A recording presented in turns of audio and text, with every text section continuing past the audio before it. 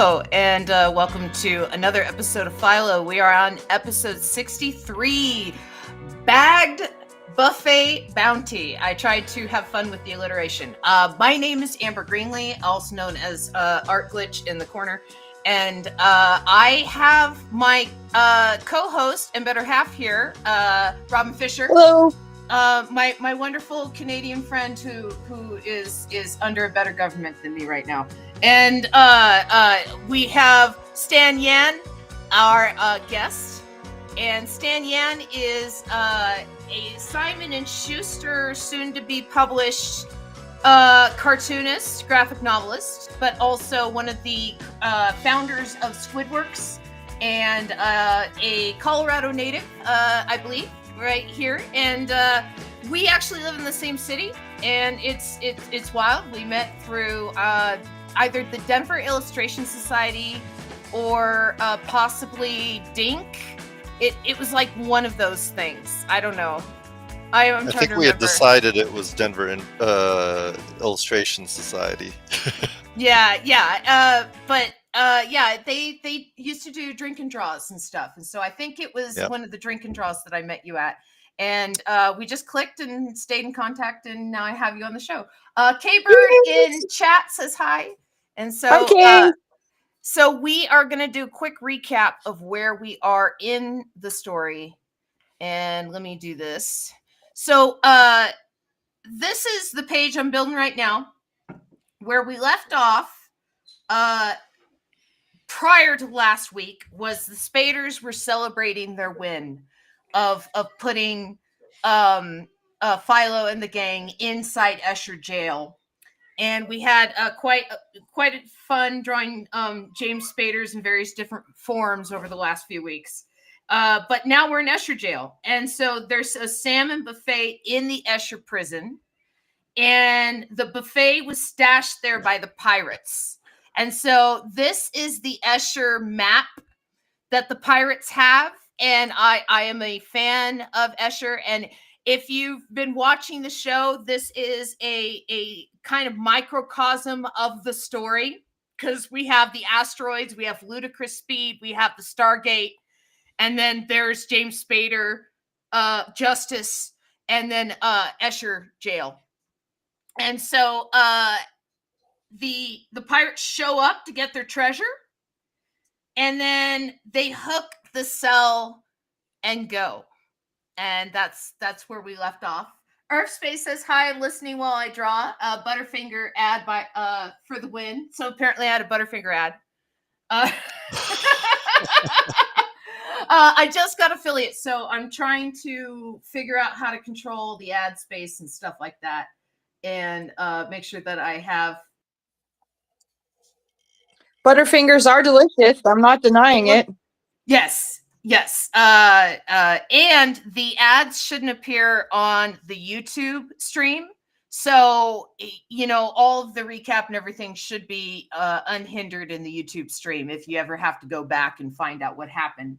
So, Magic Marmot, am I actually here now? Yes. Hello, Magic Marmot. All right. So that is where we left off in the story. Stan, do you want to take first panel? Do you want me to take first panel? Oh, either. It doesn't matter. I'm almost feeling like you should, just so that I have my bearings about where we're going with the story, and maybe possibly some of the characters.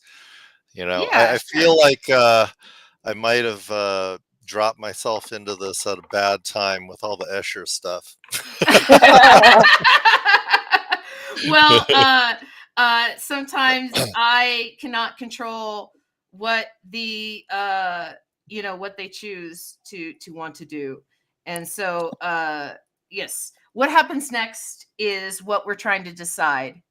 And I feel like we should talk about the pirates. Like, it'd be interesting to do a little backstory on those, because our last artist did such a good job on drawing such distinctive, characterized pirates that maybe we should talk about them a bit. Okay, so you think we should do pirate backstories while we're in or transit? Maybe just some pirate shenanigans on the ship where they're acting like idiots and the captain's yelling at them, or just learn a little bit more about these interesting pirates. That paper's cool that he drew. Magic Marmot says, "Dang, that looks that took a fluff herd. It's an excellent time, and the story is so crazy. I never know what is going on." Says Earthspace. Says Chuck. So that's okay. That's okay, Chuck. You can jump in anytime. There's buffet pirates, and they're getting their buffet booty from the Escher jail where they buried it. They're buried buffet booty bounty. Say that 10 times fast. But good luck getting it through your Escher digestive system. Yes. Yes.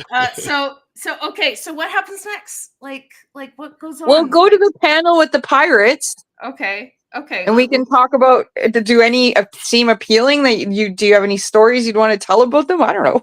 Well, we can start that's just talking it. about them. That's just it. Is the pirates can be anyone. Like we can fill the pirates with our hearts. We can, but I also think that we have prototypes to base our first stories off of. Okay. Okay. I'll reopen the page. Let's see. Yeah, I got to get back to that. All right. Open. All right. Page setup. Yeah. So some of the pirates that we have, as soon as the page wants to load, we got this. Yeah, that panel. Yeah, we have this like three-eyed person who lost their third eye, so now they're just binocular. So like, is he like, we can start talking about them? Is he the second mate? Is the guy in the middle the captain? Is the woman on the left or our right, I guess, what is she? Is she the cook? Like, you know what I mean? There's so many stories we could go into based on just the three characters. That's true. And then we can evolve into any other pirates anybody wants to talk about. Because like you said, there's tons of pirates on the ship. So what's our caption then? Let's get to know our pirates. Meanwhile, on the pirate ship, should we like do like stats for them? Kind of like yeah, that's a great idea. Yes, that's a great idea. That's a great. It's like a playing card or something. Yeah. Or like when they introduce. Do you know, like in NFL football, and I only know this because I've watched Key and Peele, where they introduced all the new players, and it's like their stats. Yep. You know, East-West Bowl. Yeah. No, that was just names, I think, right?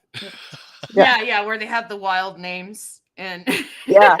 But like they do that for real, where they have like their stats and they have all this loud music and they're standing there like talking like they're anyways. Okay. So I think that would be cool. So I will start with pirate stats, and I think that panel 2 could be a continuation of more pirate stats. Okay. And so then I that took way a we have screenshot of them. So which one are you gonna do? And I can do one of the other ones. I was gonna do like 3 or 4 cards. Okay.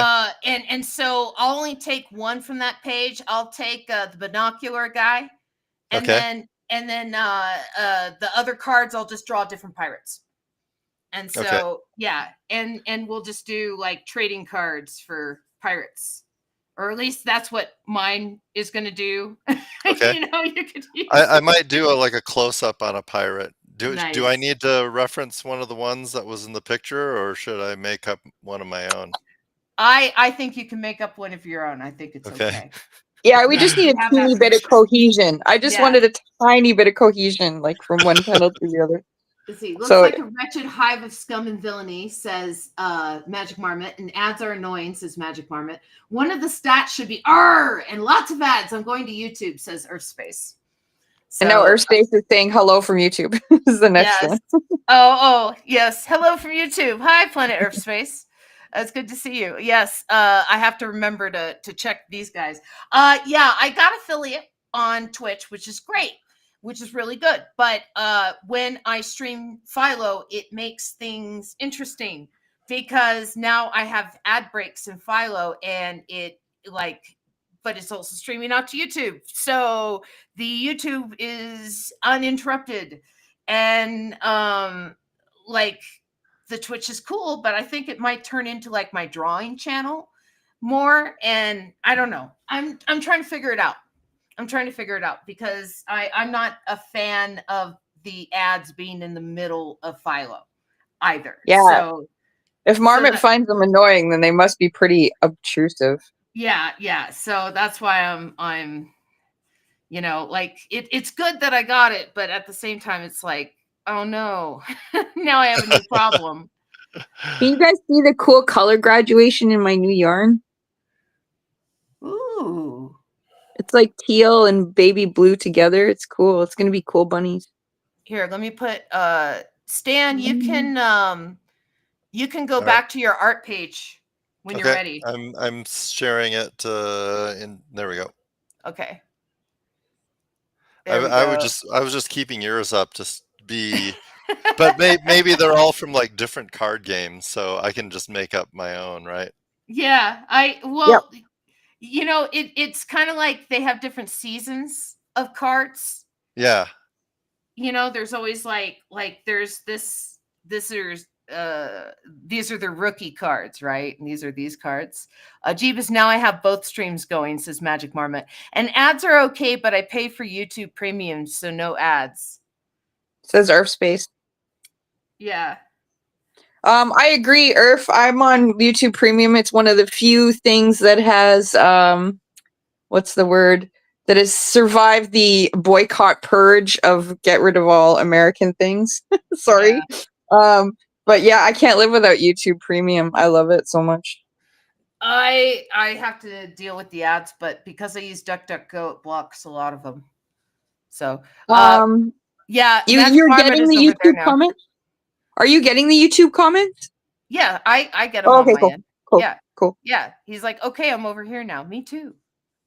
But because Rob Whithoff has just said, okay, I'm over here now. It's a different person. Rob Whithoff is Magic Marmot. Oh, okay. I didn't know that. Yes. Yes. I've only seen him as Magic Marmot. Hi, Rob. Yeah, that I know the person, and so his YouTube channel is actually really interesting because he has these video diaries that he does, and sometimes they can be very personal, and sometimes they're Rob had a pretty big life moment this week. He had one of his dogs pass. And so condolences to you, Rob. But he talked about it on YouTube, and it's it's just this this honest little vulnerable thing that is out there. And yeah, and so I like his YouTube channel, so you guys should check it out. Let's see. Let's do this. Oh, you know what? I realized we don't have any music. We gotta do the musics. We gotta do something. I'll do. Should we play pirate shanties? I don't know if I have pirate shanties. Hey, it's AI music. I'm sure you could ask for it. I'm sure. But then it would probably just have gibberish words. That would be awesome. Because these are space pirates after all. Maybe that's the alien language they speak. Yeah. Gibberish words sounds hilarious. Gibberish AI. Yeah. Do you know that at work we one of our radio station, or the only radio station we're forced to listen to, sorry. They have a AI DJ. She identifies herself though. She's like, "Hi, I'm AI Cleo." That's creepy. Yeah, that's interesting. It's I don't know, just hire a person. Put them in there. They're kind of useless anyways. I mean, I used to be a radio DJ, and I hate what radio DJs have become. They never tell you what you're listening to at all, and it drives me crazy. And all they do is regurgitate the latest BuzzFeed thing that's making the rounds, but they do it 3 days later. And it's never news. I remember one time I was listening, and they're like, Harry Styles might be James Bond. And it's how is that news? He's not James Bond. He might be? Well, a lot of people might be. That's not news. Yeah. So I can understand why it goes to AI, because quite honestly, as someone who's worked in the radio industry, all they're doing is programming. My second radio station that I was at was with Concordia University, And initially they did not have bandwidth and they were only online. And then when I was there, they got AM radio station, which was excellent. But when they were only on bandwidth, all they did, and they still did it too when they got bandwidth, was they put all their music online. Like they have their entire CD library online, and then they just do a shuffle playlist. Yeah. And it just plays. You don't really need DJs at all, actually. Yeah. So I can understand why they've gone to AI, but I really miss the old school DJs that used to tell you what you were listening to, actually give you relevant news, talk about something interesting. Talk about the local area, what was going on, what shows coming up. You know, Exactly. like, hey, there's a local band to Colorado called Nathaniel Radcliffe and the Night Sweats, right? And because they're local to Colorado, despite the fact that they have radio play, they've been on, you know, late night shows, playing their songs, you know, they've received Grammys, like, you know, they're getting pretty big, right? They'll still play little clubs here in like Colorado, just because they're one of the local bands, and that's where they started, right? And so, like, I always hear about it too late that, oh, Nathaniel Radcliffe and the Night Sweats were at this tiny little club. And it's like, gosh, I wish the radio would tell me about that stuff. Yeah, that's what they used to do, the DJs. That was their job. It's like weather reporters. Like, I don't even understand why they exist, because A, they're always wrong, and B, I can just look at the radar myself. Like, it's such an obsolete career, and, like, there's still school, you can go to school for it. It still exists. Like, it's weird. Well, there's a difference between a weather reporter and a meteorologist. A meteorologist is somebody that interprets weather patterns to know what's going to happen, and they're the ones that do the forecasts like a week, 2 weeks in the future. Right? And so they're the ones that are like expect snow next Tuesday. Right? And that's like hard work, because you have to know about airflow patterns, you have to know about low and high pressure systems, where winds are coming from, you have to know like the personality of an area, and like the seasonal changes. Like, you know, Big Bear, the rule of thumb was you never did your planting before Mother's Day, because there's always a snow like right around or right before Mother's Day. And the locals knew that. But like people that would move up there, they would get all these plants and stuff from the nursery, put it in their yards, and then wonder why they died. And so there's nothing, meteorologists, there's a difference between a weather man and a meteorologist. And a lot of weathermen will call themselves meteorologists and not have the actual credentials. And then there's a lot of other people that actually have the credentials, and then they don't really get the credit for what they do. I'm sorry to interrupt you, but it's that time. I got to go get my Starbucks. I'll be right back. Starbucks is very important. Eat. Yes. Okay, so... Oh, you're doing a little Cthulhu. I love him. Actually, I should probably put him See, on another layer just for... K-Bird says, I'm in Minnesota. You got to wait a couple weeks longer. And then Planet Earth Entertainment says, I only recently learned that when meteorologists say 20% chance of rain, that means 20% of the people in the area will experience rain. The rest won't. I was on air in the 80s. Lovely. Yes, wonderful. Rob, you have to tell us what you did. And then, yes, I definitely miss old school DJs, says Planet Earth Entertainment. Was it okay that I put more pirate stats as the caption on the bottom? Since I'm doing number 2, right? Yeah, I think that's perfectly okay. Yeah, as long as we know what's kind of going on there. Hello. I had Starbucks today too, so I know the wonderment that you are experiencing right now?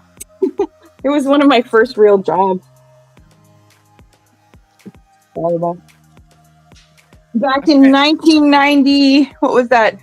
1995. Yeah, back in 1995, it was one of my first real jobs.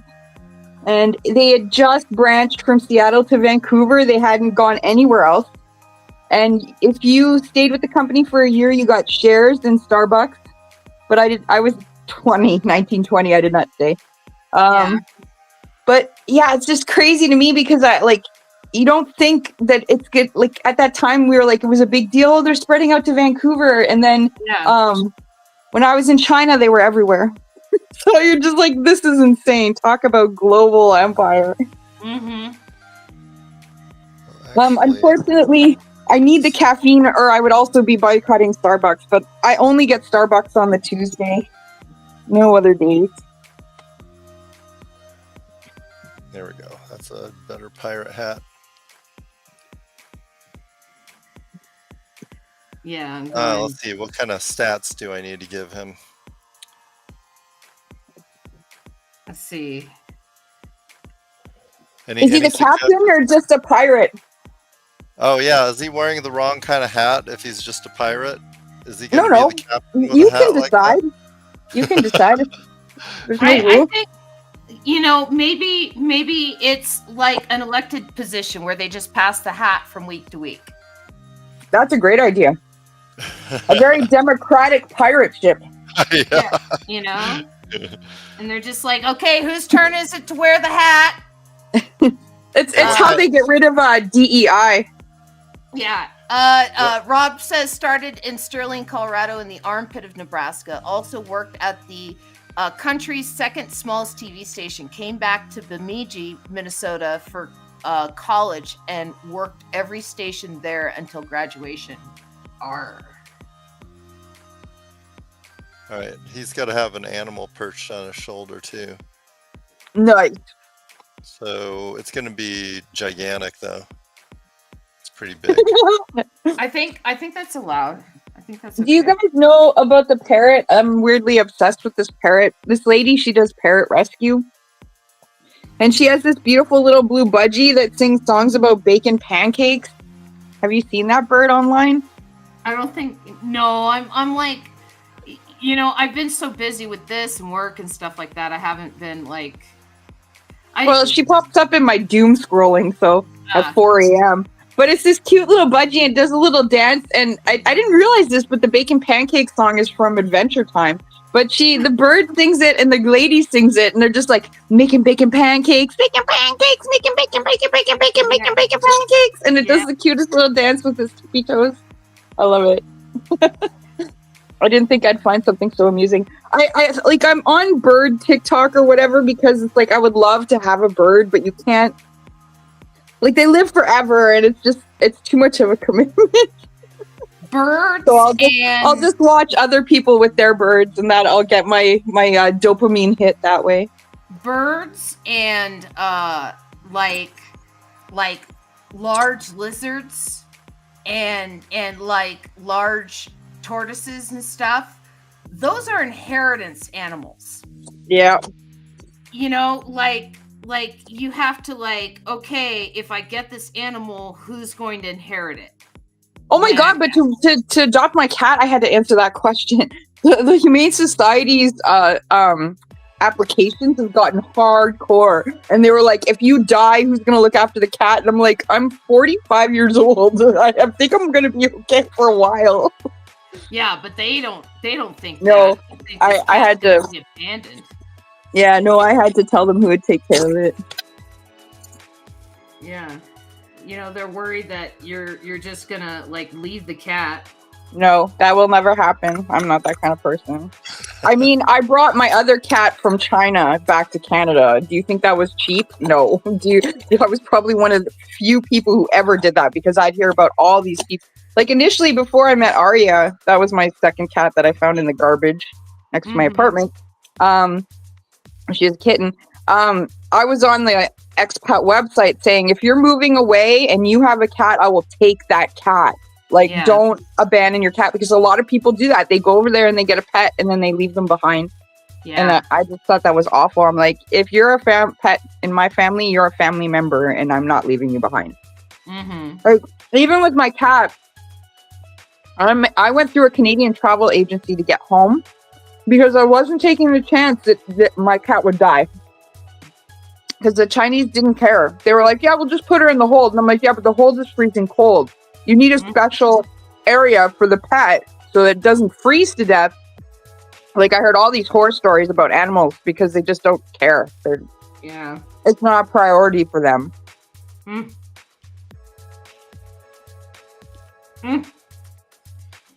Let's see. Okay, and dump, and dump, and dump, and dump, and dump. Let's see. Excellent. I think let me pull up mine. I think I'm done with the first pirate stats Okay. cards, and then you're making pirate. Come on! Oh my gosh, I love it! I love his stats on the side. That's amazing. Oh, that's amazing. Okay. Rob says Peg, and then I used to care for parrots, 2 African greys and a regular green parrot. Serious stuff, says Kay. Why can't you give the cat back to the Humane Society, says Planet Earth Entertainment. And it is awful, says Kay. My buddy has contact with Parrot Rescue here in Minnesota. She's at 3 rescues who I've taken care of. Wow. They don't want the cat back. It's a lot about showing responsibility for the critter. That's why the Humane Society won't take it back. But you don't want to give it back to the Humane Society anyways. You want it to find a real home. Yeah, I mean, otherwise you're just renting a cat. Exactly. You know, and that's not cool. That's not giving a cat a home. Plus, like, they've got their hands so full. Like, I was obsessed for a while while it was on with that Pipples and Crowley show. Yeah. And when she was living in California, she had in her sanctuary, she had like 200 Pipples. But when she moved to New Orleans, she ended up with like 400, even though she was constantly adopting out to like people all over North America. She was on Discovery Channel. She was super famous, right? Everybody came to adopt from her. But she still, like, New Orleans just had so many stray animals that she just grew. Yeah. All right, so I finished the one. All right, so you are going to start on panel 4 then, because Okay. I'm starting on panel 3. All right. And so And I think, can we take a moment, not now, but can we take a moment to talk about his book? But now we got to talk about the panel. Sorry. Well, let's figure out what we're drawing, and then when we're drawing, we'll go over. Yeah, that's what I said. Sure. Now we have to talk about the panel. That's what I said. Because Eugenia looks awesome, and I can't wait to see it when it comes out. And I was hearing like snippets of your conversation before I jumped back on about like color and stuff, but yes, serious. Philo art. So what happens next? We've figured out that there's stats and there's piratemon. And what about like a montage of them getting recruited to be on the ship with Pokemon balls? Or Sure. are they being captured? Yes. They're being shanghaied. Yes, and I think that should be. I think that should be like past pirate recruitment. Oh my God, is Shanghai considered a racial slur now? I just realized. Is it? Probably. I don't know. Probably. Because it's a derogatory term for being kidnapped. Well, it's like gypped. I just realized that, and I'm choking on my food as I realize that. It's like gypped, right? You know, Exactly. I come from Exactly. gypsy blood, right? And I hear gypped all the time, and people don't realize that, like it's a little stab, right? It's like, okay, you know, not enough of us to make people care. If you come from Romanian blood, you should also know they don't like to be called gypsies anymore. They like to be called travelers. I know. But my family is so far removed from travelers now that, like, like my grandmother was born in a cart. She didn't have a birth certificate. And so like when she came over to the United States, like in 1920s, 1930s, she was a little baby and stuff. They had to like prove she was alive. They're like, here's a baby. And they're like, well, where did the baby come from? Well, the baby was born. When? Last year, we think. Yeah, let's see. There are so many adoptable rescues. I tell folks to never adopt parrots if you're under 30. You have to be very responsible. And then, where is dog? Gay is making a comeback as slang for wimpy. Okay, so let's figure out what's going on. So the pirates are being caught. And so it's... So you think they should be kidnapped? You don't think they should be recruited? Well, it depends. He created Piratemon. Right. Right. Oh, yeah, they're getting captured by the balls. God. Yes. Yes. Right. Yes. Yeah. Ugly green pirate with wart on his nose. I choose you. Yeah, exactly. Exactly. So they're getting pirate recruitment methods. And then okay, now we got to figure out what Stan is drawing in his panel. Because I'm going to be working on pirate recruitment methods. I just remembered Blazing Saddles. You could like have a fake audition and then take them. Or maybe whatever one you're drawing is getting sucked into the Pokeball. Yeah, well, I was gonna have like the ship up here and then little Pokeballs coming down. Oh, here, that's a good idea. Yeah, get off and of like my screen here so I can see. Yeah, I was gonna have like the ship up here and then little Pokeballs coming down, capturing various pirates, kind of thing. Yeah. Let's see. Okay, so they won't take that back even if you die. In that case, tell them that you'll leave it with a lady on your block who has 23 other cats already, says Planet Earth. And balls are the recruitment, says Rob Whittoff. And then K-Bird says, you get hooked. Why is Earth Space being so argumentative to this imaginary humane society? Well, they're not imaginary. They're the Lincoln Humane Society. That's where I got my yeah. Like, they just changed the name of the Humane Society that was out here. It used to be called Dumb Friends League for the longest time, and they just changed it to Humane Denver. Right, or that was Humane like Colorado. the last month, right? Yeah, Humane Colorado. I'm sorry. Yeah, but it's when you're calling your dogs and your cats dumb, but like it was an over 100-year-old organization. Right. So yeah, it was like in the 1920s. So it's not dumb. It's just that used to be the term for mute. Yes, exactly. So that's probably what they were referring to if it was that old. Yes, but again, that term changed meaning over the time, and people are just like, oh, it's my dumb friend, and it's like, no, that's not what it should be. See, the Pokeballs open, don't they?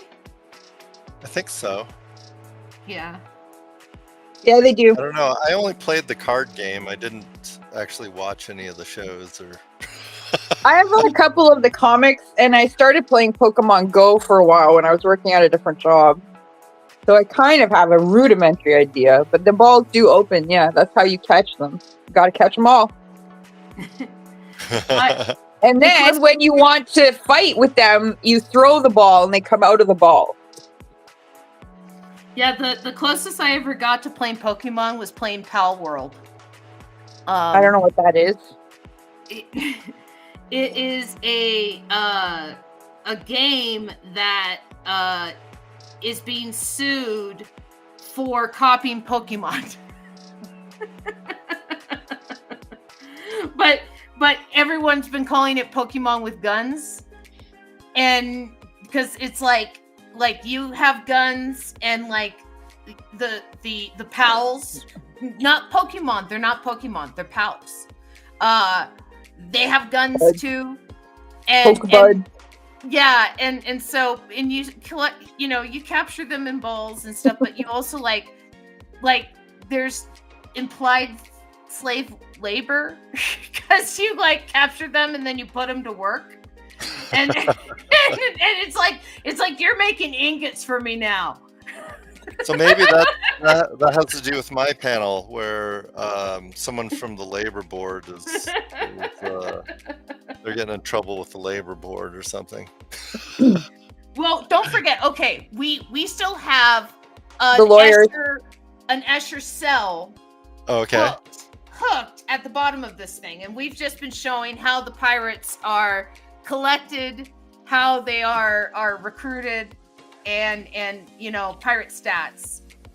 So we kind of went a little bit tangential to the story. So let's see. Tell us. So you're gonna make me loop this back in? Oh boy. Yes, I am. Tell them you'll leave the cat in to your SPCA instead, and then I play the introverted version, Pokemon Stay at Home.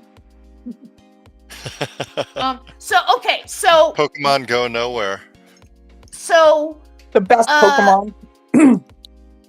we have a dog, an octopus, Philo, and a small mushroom inside the Escher cell. And there is a buffet that is in with them. And you can't draw the octopus in the Japanese style. I don't know That's what that my means. rule. They always draw them with their little lips out like on the front of the head, and they don't have lips on the front of the head. You have to draw them like a real octopus. Okay. Yeah, she's very particular about the drawing of octopi on the show. That's my only rule. That's my only rule. Yeah. Okay, so let's say that a Pokeball, I don't know, maybe it gets dropped into the into the Escher cell to grab the buffet and everything, and it captures them too. And then that ties this in with what we've been doing previously. So who does it capture in the cell? Everyone? Everyone. Okay. Yeah. It's going to be Our very hero. full. Yeah, it's going to be very full Pokeball.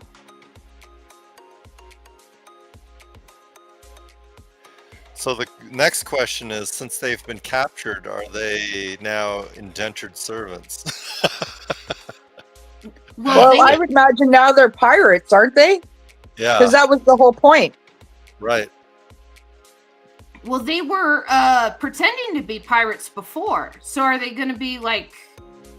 They're going to be real ones now. They're going to be real pirates. They'll get their own stat cards. So Magic Marmot says, how about one of... Magic Marmot says, how about one of the Pokeballs manages to bound inside the Escher jail and they all escape that way? And then Kay says, it snags Armand by one tentacle and the others are hanging on to him. That's adds I'm gonna have drama. But doesn't octopuses their arms can grow back, right? So if like it snags Armand by one tentacle, he could just like let it have it and then they can escape. Maybe that's it. So the Pokeballs normally capture people, but within an Escher world, how would they escape instead? Ooh. So it's like sucking them in, but right before it hits like some sort of a plane within the cell, and they're outside of it. Well, in an Escher world, would the Pokeball be bigger on the inside than it is on the outside? That's like, Doctor Who. No, but That's Doctor Who science. I always assumed they were anyway because the Pokeball, you can hold it, and then you're unleashing some potentially Big fairly or large small thing. creature. Yeah. Yeah, You know, in I Dream of Jeannie, you were actually shrunk Squishmallow. that small inside the bottle. That was Uh-huh. their logic. And so, like when you're inside Bring the left bottle, over cookie. when she was inside the bottle and stuff like that, she's that small, right? And so there's episodes and stuff where Darren is like inside the bottle with her, and Mhm. he's like supposed to be like that small. And they did like really early special effects with chroma key and stuff where they had him like really tiny on the table because he climbed out of the bottle. And yeah, so so he was shrunk down when he went in. It wasn't bigger on the inside than it was on the outside. Like, So do you guys think they should get sucked into the ball, and then we'll figure out what happens yeah, from yeah, there? yeah. Let's work on one action at a time. And I think sucking in is very it's very actiony. Let's see. Okay, snags Okay. are on by the one tentacle. Let's see. Don't think so, says Kay. Nice turning left at Albuquerque. That's a Looney Tune reference. There's nothing wrong with Looney Tune references. I didn't say there was. Yeah. I'm just saying that's a Looney Tunes reference. The Earth Blew Up, I think, is the movie that's out right now. Looney Tunes. No. Yeah, no. There's like a Looney Tunes movie out right now. Oh, See, wow. The Earth Blew Up. I know they greenlit finally the release of Wile E. Coyote versus Acme or whatever that movie was. That Yeah, they kibosh. The Day the Earth Blew Up, a Looney Tunes movie. 2024 was when it was made. It just had a tiny theatrical release. Yeah, so it's like really tiny. Like March 14th, 2025 was its release date in in the United States. So like literally last month it was in theaters and they did not advertise it. And so it's yeah.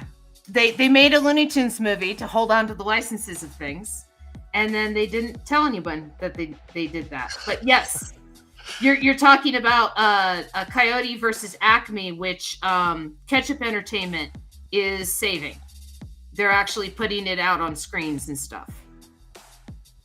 It's a weird business. Huh? Literally called it that. Yeah, it's like, what I don't like is the fact that it's like all these people were put to work to make this thing with the idea that it's going to be put out for others to see it, right? And then some bean counter somewhere makes a decision that if we just decide not to release it, it's a tax write-off. That's not exactly how it worked, though. It was that, but it was also a case of one studio buying another studio, and when that happens, they put the kibosh on everything the prior studio was doing. They've done it many times. It's the reason why Batgirl didn't get released either. Yeah, and again, it was for the tax write-off of Batgirl. And even though that Brendan Fraser was hot at the time and he was playing the villain in the movie, and they could have capitalized on that, they're like, oh no, we're gonna put, like you said, we're gonna put a stop on everything that this purchased studio was doing, because we are not going to allow them to meet the obligations that they promised themselves to, because we bought them. You know, it's just it's shady. It's not good. I don't know. It just bugs me. But yeah, Ketchup Entertainment, they're finally like releasing it. You know, enough people complained, and should get a theatrical release. But it's pretty much, I mean, there's been a couple of live action 2D animated movies since Who Framed Roger Rabbit, but I love the idea of like there's the Toon World and then there's like the real world, like kind of interacting with each other, and Hollywood is kind of a meld between those.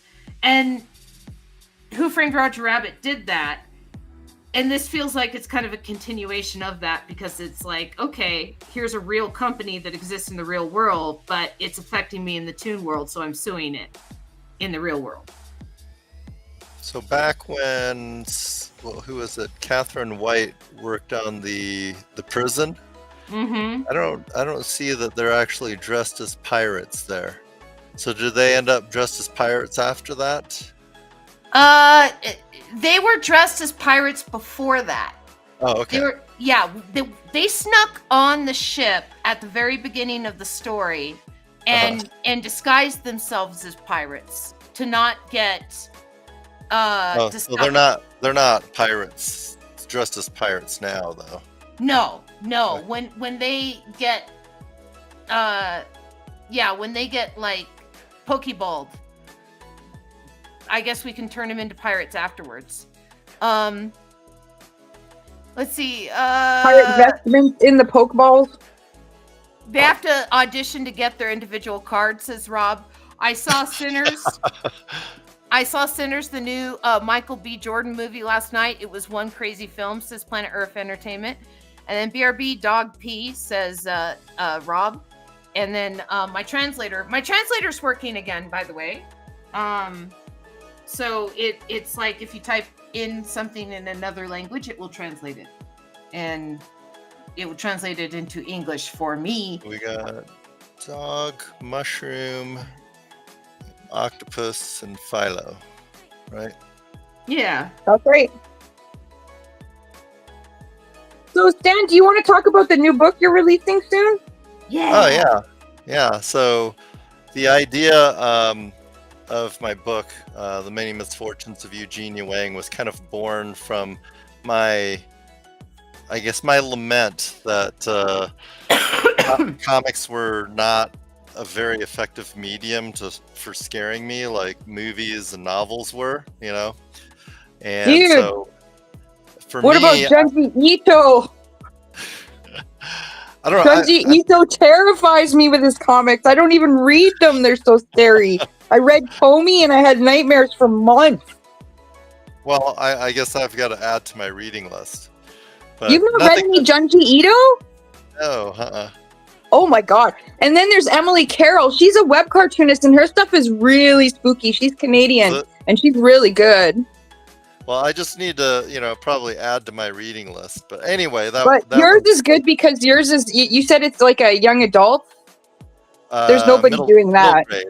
Middle grade. Yeah, there's nobody doing. So is it going to be scary? Or is it just going to be I hope so. Yeah, I mean, I actually ended up reading a couple of books that were pretty spooky and well done that I really loved. Remy Lai, who she did a book called Ghost Book, which is great, and it like kind of had all of the different things that I wanted in this book, which was that it was scary, it was funny, and it had Chinese culture in it, Nice. Right. And then she did another book called Read at Your Own Risk, which is kind of like Diary of a Wimpy Kid meets maybe like a Twilight Zone kind of thing, but you're like reading someone's journal who is being haunted by a demon, and it's pretty brutal. Like she bleeds on the page. Sounds scary. Yeah. It sounds like it's right there with the Goosebumps books I grew up with. Yeah. And so yeah, this was kind of my attempt at fulfilling my bucket list item that I wanted to write and illustrate a comic that actually scared me. And in the process of it, I was thinking about, well, what are some of the things that tend to scare me in horror entertainment? And oftentimes it's where you're relating to a child character and what they're going through. And that's like I think the thing that initially scarred me was the old 1970s TV miniseries of Salem's Lot. Mm. You know, and Ralphie Glick floating in the window, and so I was like, okay, I'm going to make my protagonist a child, but then so in the process of writing this, it ended up being a children's book because of the age of the protagonist. And so I ended up writing it, and originally it was supposed to be like in 1981, and basically he is having these dreams or visions of his what he begins to realize are previous lives, which are triggered by different smells. And at that time, the story was called Olfactory Memory. And as I was writing it, I was like, yeah, this doesn't scare me anymore, but I really like the story. But then I took the manuscript for a manuscript critique from an editor who was at that time at Chronicle Books, and she's like, "Oh, I really like this, but it's got too many things going on." And so she's like, "I'd like to look at it again if you can simplify it, make it contemporary, and take out that olfactory part of it." And I was like, all right, I'll go ahead and do it. And then the process of rewriting it, I gender swapped the main character because when I was doing school visits, I kept hearing from librarians that said that they wanted more scary books for girls. And I was like, well, if I make the main character female, then maybe it'll, fill that need. And then in the process of also rewriting it, I still needed for her to get into these visions of her death on her upcoming birthday. And so I was like, well, why don't I make her a comic artist? And she gets sucked into these visions whenever she's either reading or working on this comic that is about a weird vision that she had when she had a concussion. And so things start happening where, she starts to believe that maybe there's these are premonitions instead of just weird dreams about her impending death. And so she's trying to change the comic to see if it'll change the vision. And things happen, like the comic draws itself when she doesn't have any memory of it, or automatic drawing, and all of these things that were really scary to me, as I thought about them. I'm like, oh my gosh, this became my bucket list item once again. So I should read you the cover copy, and you can see what it is. So Eugenia never gets to do anything fun.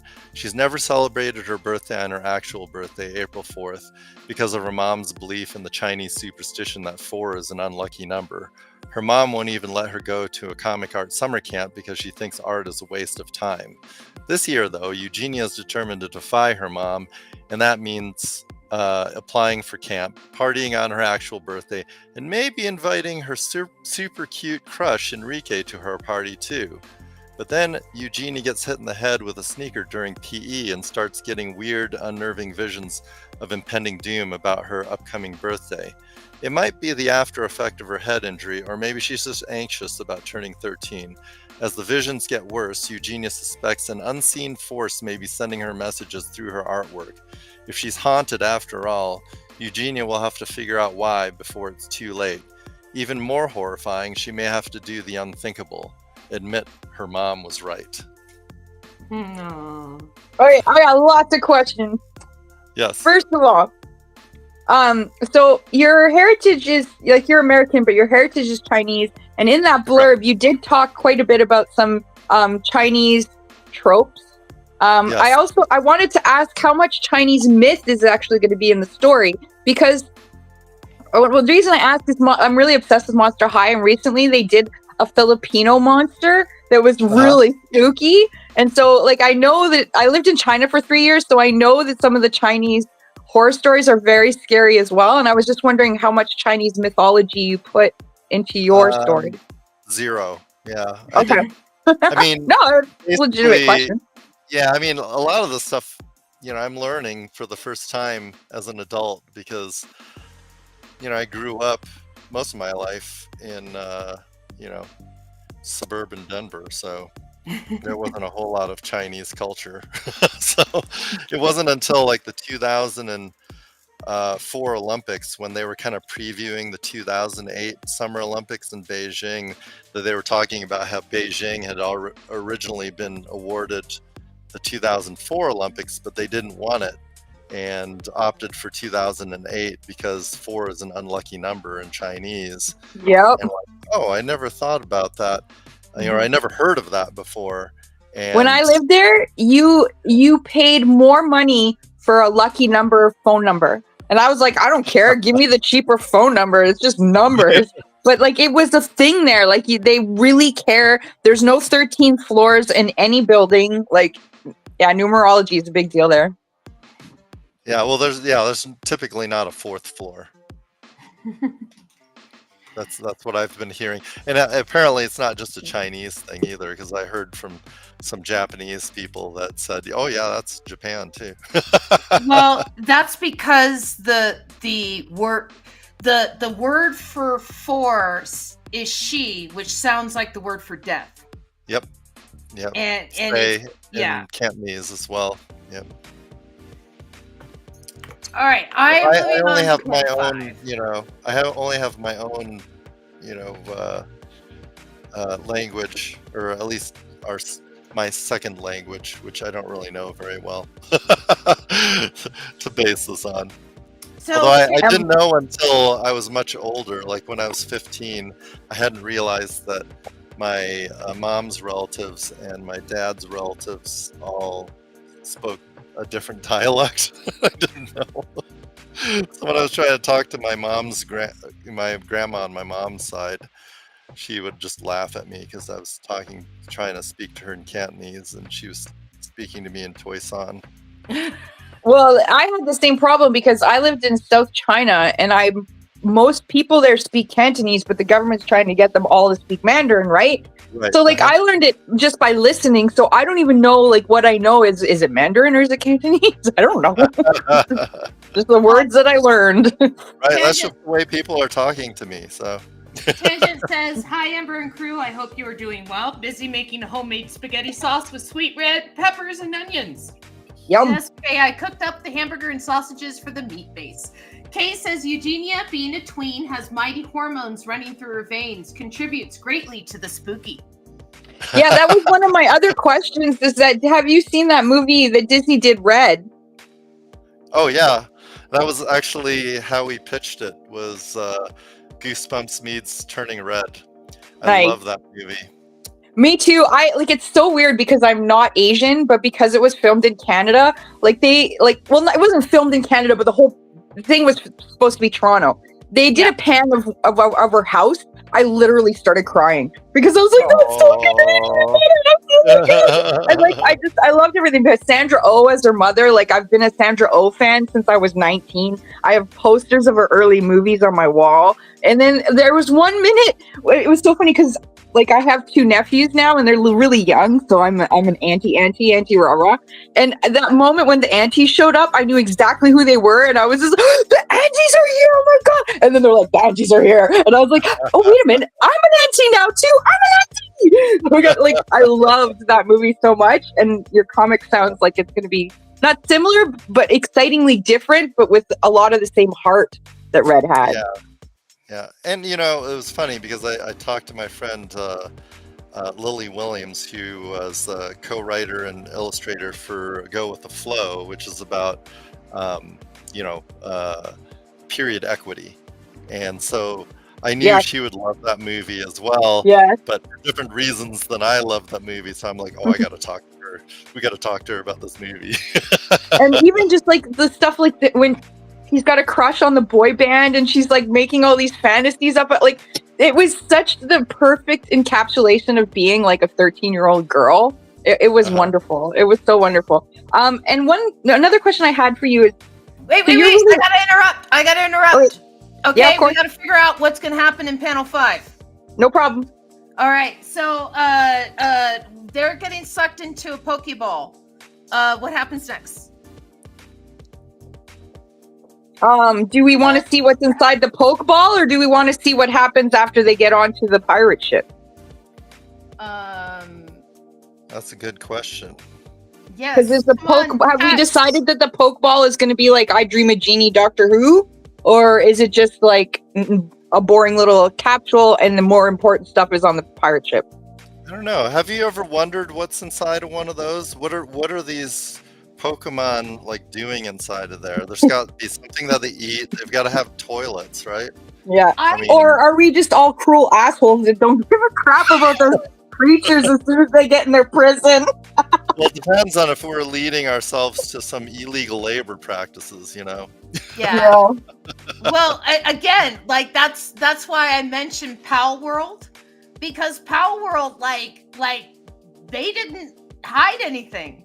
They're like, okay, yeah, let's just set up, slave labor chains, and you capture them, and then you stick them on this thing and make ingots for you.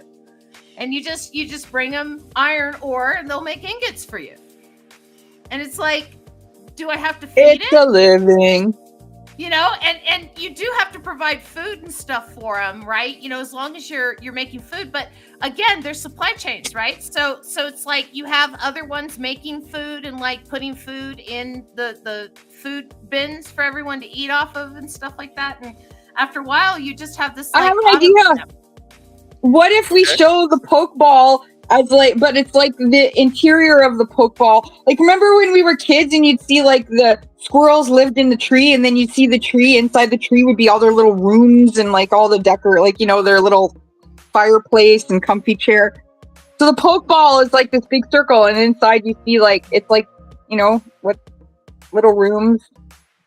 It's like a diagram, a cutaway of what you actually see in the Pokeball. That's the word I'm looking for. Cutaway. A cutaway. A cutaway. In the Pokeball. So it's like an ant colony. It has all these different little rooms. Okay. And a cutaway would show that. Of the pirate ball. I'm gonna call it a pirate ball rather than a Pokeball. I'll call it a pirate ball because they're capturing pirates. Oh, I love that. I love that Philo kind of looks like Beaker right now. He doesn't need I don't think we ever draw him with a nose, do we? He usually has no nose, but I like the nose. I draw him with a nose. No, there was another one that had a nose. That's why I drew a nose on him. No, I like the nose. I'm not criticizing the nose. Oops. We turned the dog into a terrier. I love it. I have an Airedale Terrier. I was just trying to make him look fluffy, but all right. This is a not serious question, but then I have a serious question. The not serious question is, have you seen Jay Stevens' new comic? Do you know who Jay Stevens is? No. He's a Canadian cartoonist, but he did like Atomic Pop with Mike Allred. He's been around since the 90s. He did Oddball and Jelly Bean. He did he's got like the chibi style. But anyways, he's got a new series out called Hauntings, and it's like a young adult scary comic. And it's winning tons of awards. Ooh, okay.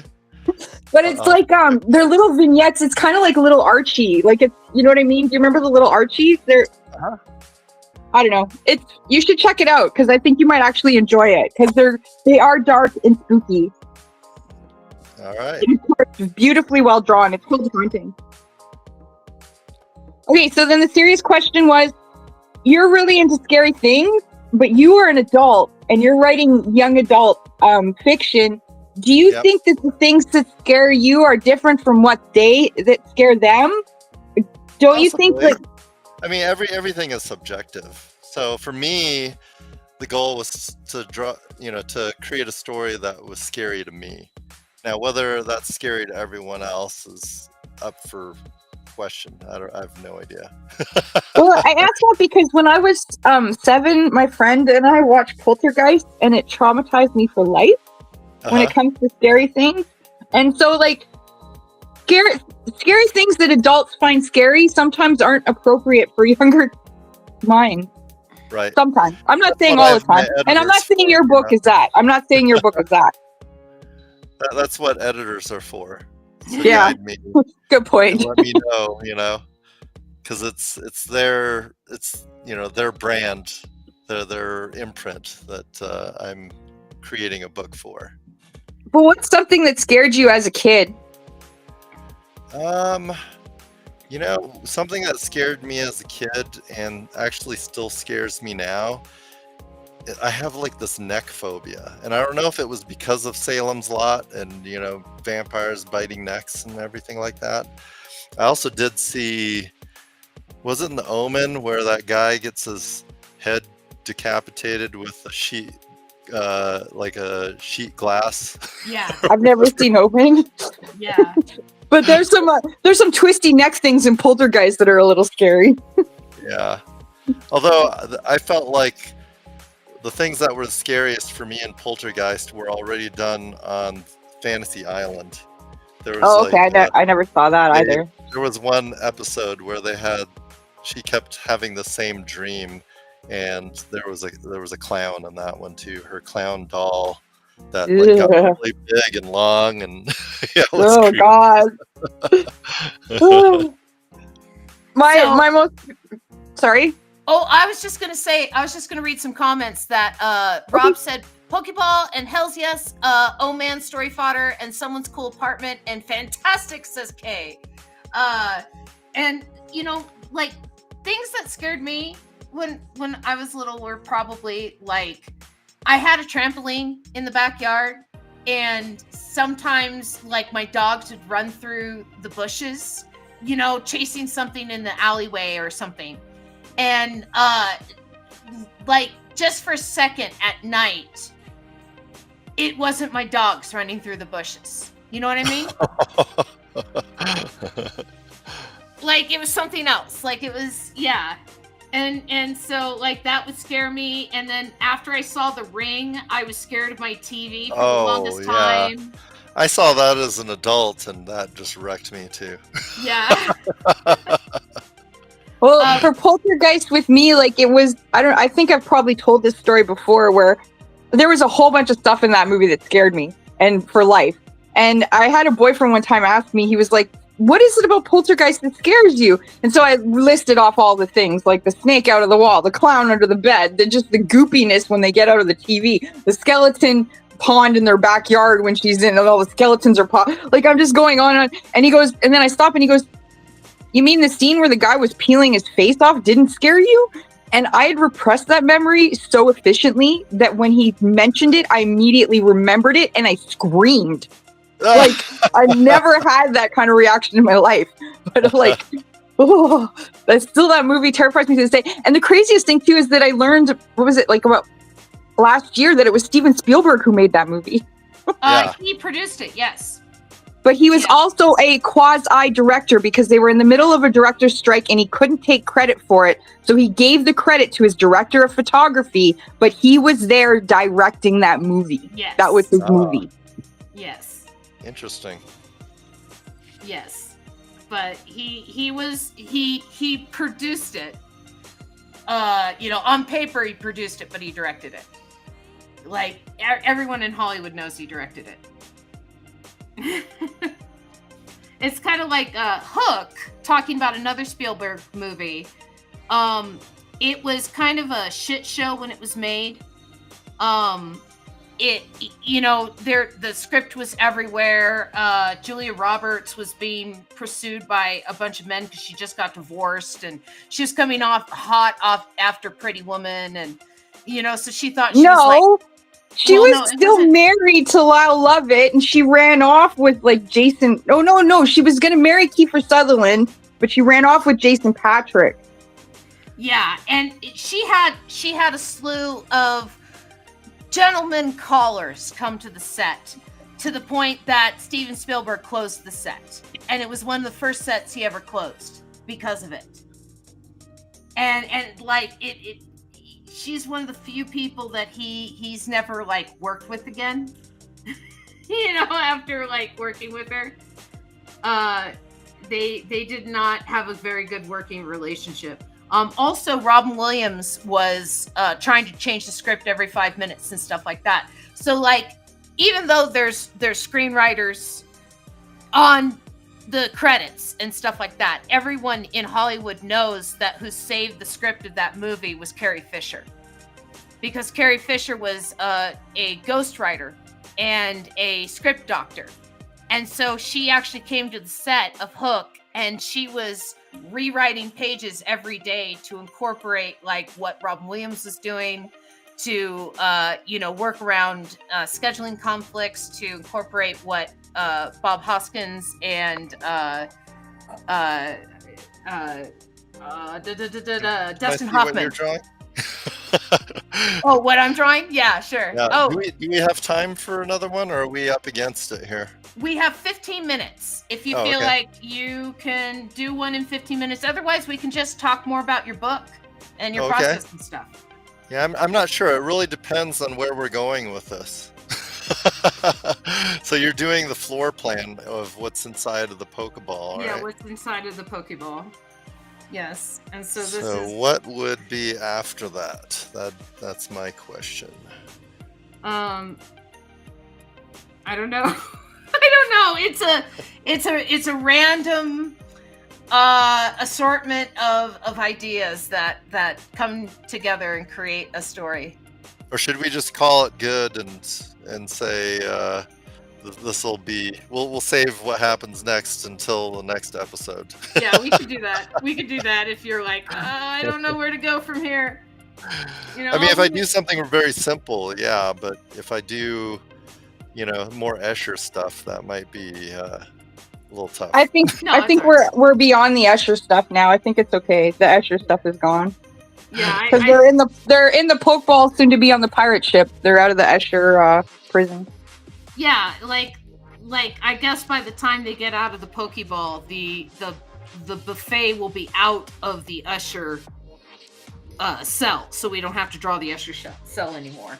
And which, as an artist, I appreciate. I was just gonna do. I don't know what I was gonna do for the Escher cell, but it was Kit who's like, "Yeah, I'm gonna draw this super complicated shape for the Escher cell. Bye, guys." Well, this probably isn't a whole lot easier. I think this is probably proving how hard it is to find furniture for like a room with round walls, like a turret. Yeah. Yeah. Hey, we're in an era of 3D printing. You can curve anything. Yeah. If you've got a large enough 3D printer, I guess. I don't know. The pirates do. You don't necessarily need a large 3D printer if you just print small pieces that fit together. That's true. Yeah. So, yeah, like I'm part of a Futurama group on Facebook where we just post random Futurama stuff. It's nothing amazing. And there's a guy that is sharing his process of building a bender. And he's using a filament, like silver filament, to make the bender pieces, right? So when he runs out of filament, he has to stop and he has to, wait until he gets more filament so that he could continue printing out the pieces and stuff. But it's so this like a life size? Yes. Bender? Oh, geez. Yeah, it's a life-size bender that he designed, and he's printing out, and the arms lock into 3 different positions, so you can have like the arms up, out to the side or down, and then the door opens up, and he was going to put a cooler in it so he could put beer in the inside. Very cool. Yes. So so again, it's like this little process that he's been going through of like, I finished with the arm this month, and this is what the arm looks like. I finished with the leg this month, and this is what the leg looks like. And so everybody's like going, yeah, Bender's almost done. Woo! it's a silly online thing, but I feel like the silly online community stuff is sometimes what's holding the internet together, right? And then It always has, hasn't it? Rob says, "You wouldn't download a house, would you?" Only if it's as small as a Pokeball. But I mean, when you get in it, it's really big. So I guess it's depends on whether the 3D printer is inside of the Pokeball or outside. Yeah, it's like, I don't know, like now here's the thing, okay? Is if you were shrunk down going inside a Pokeball, if you have a Pokeball in your pocket and then you are shrunk down going inside the Pokeball, what happens to the Pokeball in your pocket? Is it shrunk down even more? With like the Pokemon inside of it shrunk down even more? So are you? Oh, so you're talking about a separate Pokeball, not the one that's in your pocket that you're getting sucked into. Yeah, no. Hey, can I get on the big screen for a second? Yeah, let me get you on the big screen. Tangent says, yes, I would. No. Okay, so imagine you're getting sucked into a Pokeball, right? But you have a second Pokeball in your pocket. What happens to the second Pokeball? It destroys the Pokeball that you're in because you open it and I don't know. It sounds like a multi-level marketing thing. Mom! It's even better than just Mom. Can you open her up? 4D She has her thin body. Yes, it's awesome. Oh my Now, God. 2 other things. Number 1, my buddy Dave did a bunch of the ship designs on the cartoon. Mm-hmm. Dave Cooper. And number 2, I'm in the first issue of Futurama, the comic. Yay! Oh. I'm a tiny little background character, but I used to be friends with this guy James Lloyd, and he did all the illustrations for most of the Futurama comics and a bunch of Simpsons comics. And then another one of my old Vancouver buddies is this guy Ian Boothby, and he did a lot of the writing for them. Ian is very funny. We're more acquaintances, Ian and I, but yeah. A lot of Vancouver people involved in the Matt Groening universe.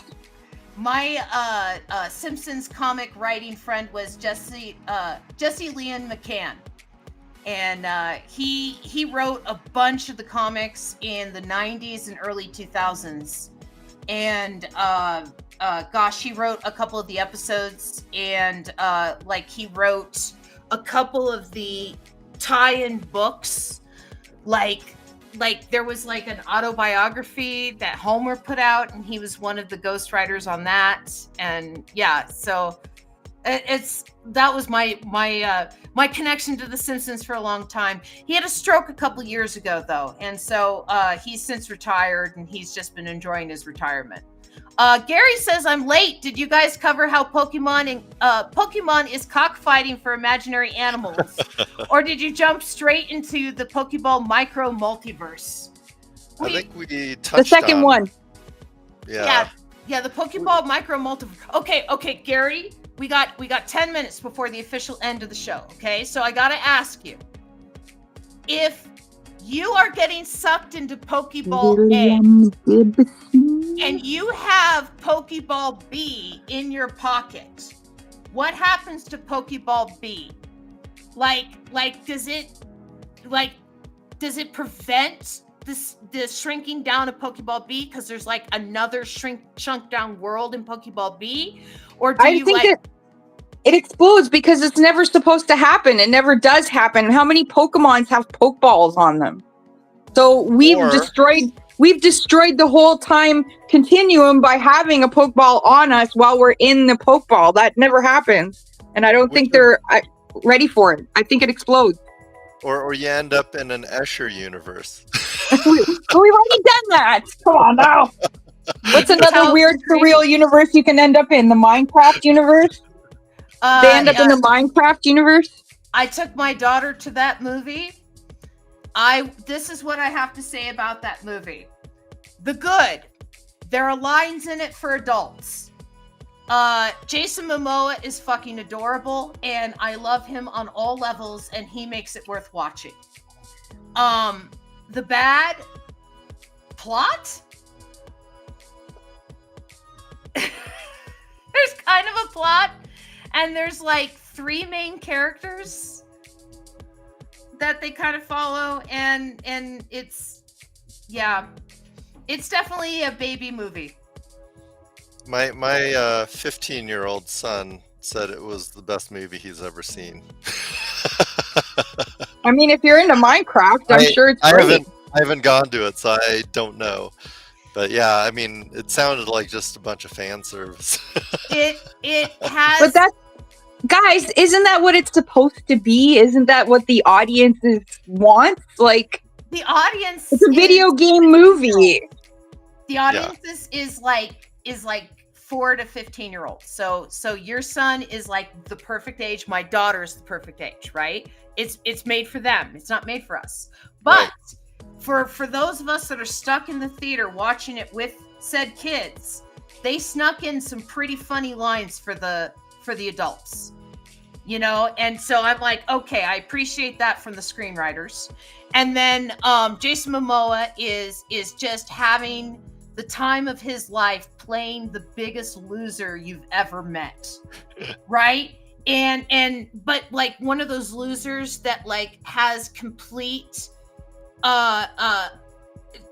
oblivious to what a loser they are.